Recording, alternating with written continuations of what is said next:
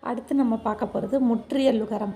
தற்காலத்தில் தமிழில் குற்றியலுகர உச்சரிப்பில் பல மாற்றங்களை காண்கிறோம். பழந்தமிழில் முற்றியலுகரமாக ஒலித்த அது, இது, பசு, கொசு, படு, வீடு, பெரு, வரு, நகு முதலியவை தற்கால தமிழில் இதழ் குவித்து முற்றியலுகரமாக ஒலிக்கப்படுவதில்லை. இதழ் குவியாது குற்றியலுகரமாகவே ஒலிக்கப்படுகிறது. மேலுள்ள சொற்களை இதழ் குவித்தும் குவியாதும் உச்சரித்து வேறுபாடு காண்க. தற்கால தமிழ் சொல்லின் இறுதியில் இடையின மெல்லின மெய்களை அடுத்து வரும் உகரமும் இதழ் குவியாது குற்றியலுகரமாகவே ஒலிக்கப்படுகின்றன. பின்வரும் சொற்களை இதழ் குவித்தும் குவியாதும் உச்சரித்து வேறுபாடு காண்க.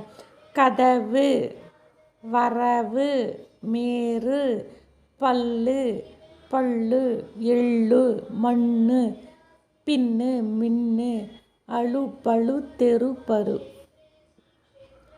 அதே இதழ் குவித்துனா கதவு, வரவு, மேரு, பள்ளு, பல்லு, எள்ளு, மண்ணு, பின்னு, மின்னு, அழு, பழு, தெரு, பரு. இலக்கண நூல்களின் வரைவிலக்கணப்படி இவை முற்றியலுகரமாகும். தற்காலத்தில்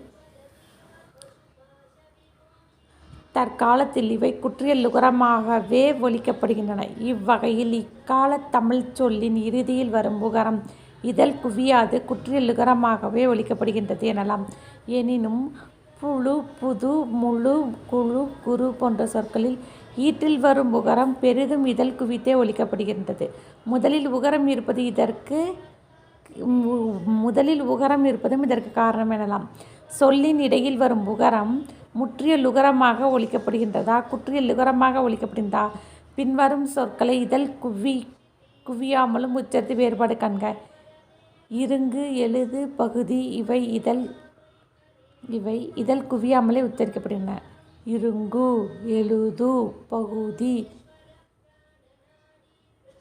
இதழ் குவியாமல் உச்சரிக்கும் போது அதை குற்றியலுகரன்றோம்.